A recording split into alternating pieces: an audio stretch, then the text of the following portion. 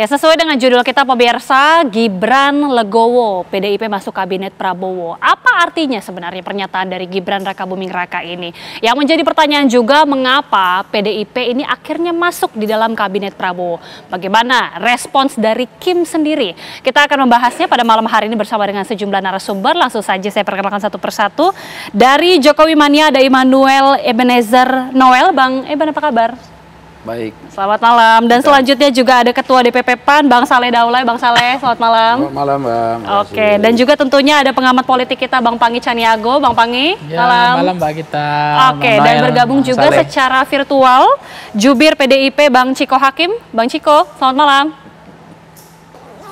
Malam, Assalamualaikum semua yang di studio. Waalaikumsalam, Bang. Pertama saya langsung ke Bang Saleh dulu ya. Ini mungkin bisa mengkonfirmasi pernyataan dari Gibran Rakabuming Raka yang mengatakan bahwa mengikut dalam keputusannya Prabowo Subianto dalam susunan kabinet. Apa sebenarnya arti dari pernyataan Gibran ini? Ya, memang secara konstitusional pembentukan kabinet itu kan memang adalah hak prerogatif presiden.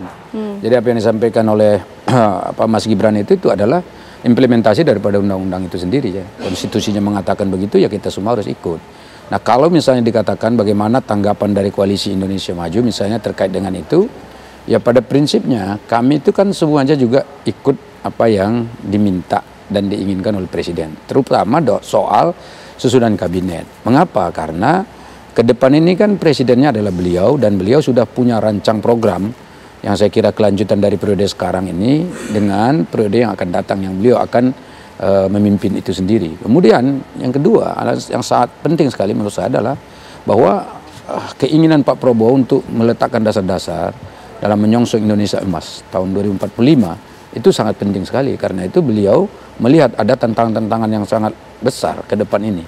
Itu yang akan ditempel dan diisi.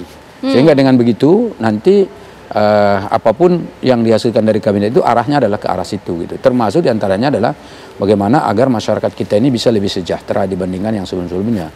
Saya melihat semangatnya Pak Prabowo di situ. Kalau misalnya kita dengar pernyataan-pernyataan beliau misalnya soal anggaran yang kecil itu akan kita pompa dari mana, sumbernya dari mana, hilirisasi dan seterusnya, itu saya kira adalah semangat yang sangat baik. Lalu bagaimana tanggapan Koalisi Indonesia Maju terkait dengan misalnya rencana PDI Perjuangan ataupun partai-partai lain yang akan masuk?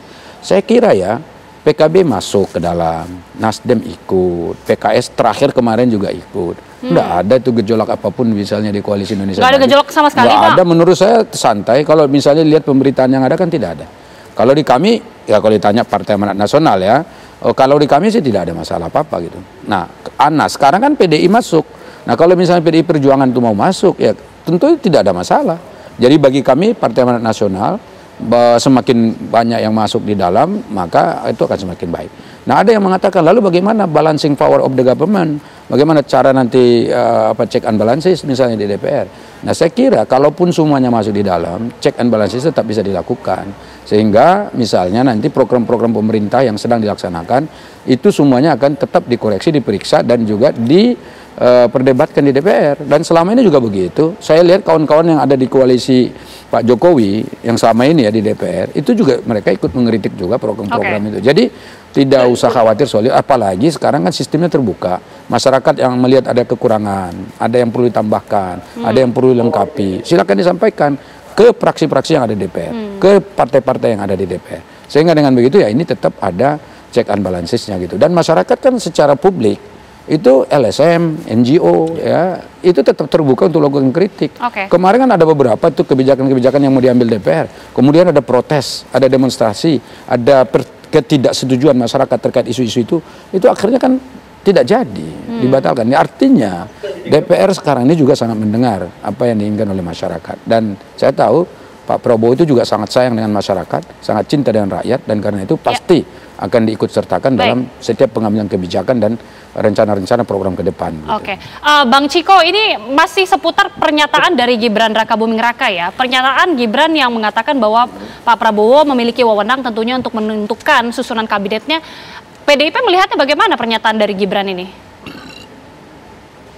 Pernyataan yang tepat ya, saya rasa itu pernyataan yang tepat, normatif, dan tidak ada yang luar biasa. Yang luar biasa kalau sampai Gibran mengatakan wow saya harus ikut terlibat dalam menentukan ini, ya itu baru luar biasa. Tapi apa yang disampaikan saudara Gibran itu satu hal yang biasa aja, dan ini tadi sudah disampaikan oleh saudara saya Saleh Daulay juga bahwa itu adalah implementasi dari undang-undang konstitusi yang menyatakan bahwa pemilihan menteri, termasuk pencopotan, pergantian, kocok ulang dan lain-lain itu adalah wewenang presiden. Dan presiden terpilih yang sekarang adalah Pak Prabowo Subianto yang akan ke depan tentunya akan ditentukan oleh kata akhir dari Pak Prabowo itu sendiri. Dan saya rasa itu pernyataan yang cukup biasa bagi Gibran Rakabuming Raka untuk menyampaikan, dan ya nggak ada masalah terkait itu. Oke, Bang Ebenezer, langsung saja. Ini pernyataan Gibran Rakabuming Raka, apalagi mengatakan juga menunjukkan loyalitasnya terhadap Pak Prabowo Subianto. Ini sikap Gibran ini bisa diartikan juga selaraskah dengan sikap dari Pak Presiden Jokowi? Ya udah pastilah, nggak mungkin tidak. Sudah pasti. Apalagi Mas Gibran kan selama ini kan diorkestrasikan bahwa ada konflik antara Pak Jokowi dan Pak Prabowo. Kemudian ada jadi beberapa skema yang ingin menjauhkan Mas Gibran dengan Pak Prabowo sampai PDIP itu masih kalau nggak salah ya saya nggak tahu, masih gugatan agar wapresnya Mas Gibran ini dibatalkan gitu loh. Nah, itu masih opsi di atas meja gugatannya PDIP. Tapi apapun itu sebetulnya narasi yang selama ini disampaikan oleh PDIP itu kan semua sudah terbantahkan soal Jokowi cawe-cawe dan sebagainya. Apalagi kalau seandainya benar itu ya, tadi disebut Bung Daulay tadi bahwa PDIP masuk dan sebagainya. Nggak tahu lah ada berapa menteri yang masuk di koalisi Indonesia Maju ini. Ya ini kan menunjukkan bahwa ya pemerintahan ke depan ini ya pemerintahan yang dijalankan dengan secara yang baik lah, apalagi ada program jangka menengah kita ke depan nanti menghadapi 2045 tentang Indonesia unggul. Ya kita kan harus bangun bareng-bareng bangsa ini, tidak bisa tidak. Tapi semoga ya tidak bareng-bareng korupsinya gitu. Bareng-bareng membangunnya oke, tapi jangan nyopet juga bareng-bareng gitu loh. Apalagi itu pernyataan Prabowo kemarin di PKB itu luar biasa ya. Pidato beliau ya tugaskan kader partai itu yang bagus, jangan yang ngambil APBN dan APBD. Dan itu semua orang sangat kaget gitu loh. Karena dia menyampaikan posisi dia sudah menjadi presiden terpilih, bukan saat kampanye. Itu kan nekat sekali. Artinya karakter Prabowo seorang pemimpin yang tegas itu mulai keluar gitu loh. Yang selama ini orang akan bilang, wah Prabowo ini pasti masih di bawah bayang-bayangnya Pak Jokowi. Pak Jokowi udah nggak mau ngurusin begituan. Pak Jokowi itu ngurusin cucunya dan anaknya. Nah, Prabowo ngurusin rakyat dan pemerintahannya ke depan. Agar apa? Anggaran-anggaran yang dulu Pak Prabowo pernah sampaikan, bocor kita 30% APBN kita, dia akan kawal. Dia akan jaga, makanya jangan kutak-katik APBN dan APBD.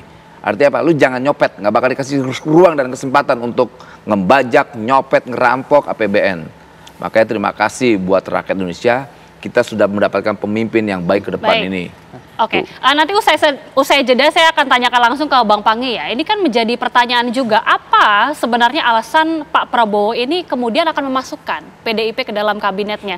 Sesaat lagi nanti bisa dijawab Bang Panggi, kami kembali usai jeda pemirsa.